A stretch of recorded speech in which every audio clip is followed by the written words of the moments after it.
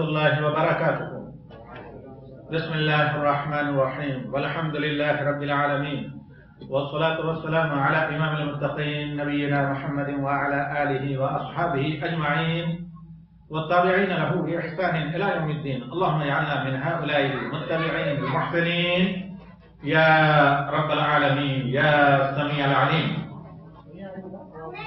میرے قابل احترام بھائیوں اور دوستوں اور جملہ سامعین، آج کا ہمارے درس تفسیر میں موضوع ہے، جیسے کہ میں نے بتایا تھا، سورہ النازعات کی آیت نمبر 15 اور بعد کی آیات. لیکن ایک آیت پڑھ کر ہی ہم رکیں گے،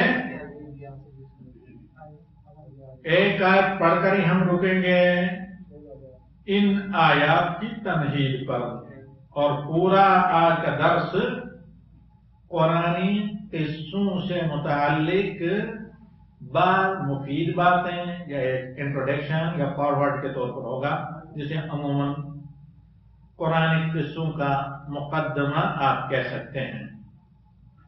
فأقول وبالله التوفيق وبه أستهدي وأستعين والحمد لله رب العالمين.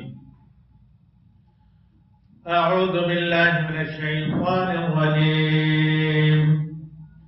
هل أتاك حديث موسى إذ نادى ربه بالوادي المقدس طوى اذهب إلى فرعون إنه طغى فقل هل لك إلى أن تزكى. یہ ہیں آیات سورہ النازعات کی. کہاں سے؟ آیت نمبر 15 اور اس کے بعد. یہاں پر اللہ رب العالمین نے کہا ہے حل اتاک. اس سے دو مخاطب ہیں. نمبر 1 ڈائریکٹلی محمد صلی اللہ علیہ وسلم، مباشرتاً جب آیت نازل ہوئی ہیں تو نبی صلی اللہ علیہ وسلم کے لیے یہ خطاب ہے. اور نمبر 2 نفس انسانی، اور دونوں چیزیں مراد ہیں. اللہ تعالی کہہ رہا ہے حل اتاک، کیا آئی آپ کے پاس ہے محمد صلی اللہ علیہ وسلم، یا کیا پہنچی آپ کے پاس اے میرے بندے انسان حدیث موسیٰ علیہ السلام کی حقائق و قصہ اور موسیٰ علیہ السلام کی خبر. یہیں رکتے ہیں، جائزہ لیتے ہیں کہ سورہ نازعات میں ابھی تک اللہ تعالی سے آپ نے کیا سنا ہے. پہلے میں نے بتایا تھا کہ بعض اہل علم نے اس بات کا ذکر کیا ہے، اور حقیقتاً یہ قرآنی آیات اور احادیث سے ماخوذ ہے. کیا کہ اگر آپ کو اللہ کا کلام سنانا ہو تو قرآن کریم کی تلاوت کریں یا سنیں، اور اگر آپ کو اللہ کا کلام خود سننا ہو لیکن اپنی بات اور دعا اللہ تعالیٰ کو سنانی ہو، اللہ سے بات کرنی ہو تو نماز پڑھیں. اب سورہ نازعات میں آپ نے شروع سے لے کر آیت نمبر 15 تک کیا پڑھا تھا؟ شروع کی 5 آیات میں اللہ تعالیٰ نے ملائکہ کی قسم کھائی، ذکر کیا ان فرشتوں کا جو کفار اور منافقین کی روحوں کو قبض کرتے ہیں، ان کی شدت و غلاظت. بنی نوع انسان کی عبرت کے لیے کہ اپنے آپ کو تیار کرے ان فرشتوں کا سامنا کرنے کے لیے جو اہل ایمان کی روح نکالتے ہیں، بہت آسانی اور نرمی کے ساتھ، جس طرح خشک آٹے میں سے بال نکال دیا جائے، اور یہ تشبیہ دی گئی ہے. اس کا ذکر کرنے کے بعد اللہ رب العالمین نے بعد کی آیات میں ذکر کیا قیامت کی ہولناکی کو، کہ قیامت میں کس طریقے سے سب کے سب لوگ پہلی سور پر موت کی وادی میں ایک بار سب کے سب چلے جائیں گے اور شہر خاموشہ میں پہنچ جائیں گے، اور دوسرے سور پر ایک بار ہی بالکل کنفس واحدان بکرت ابھی ایک جان کی طرح شروع سے لے کر آخری انسان تک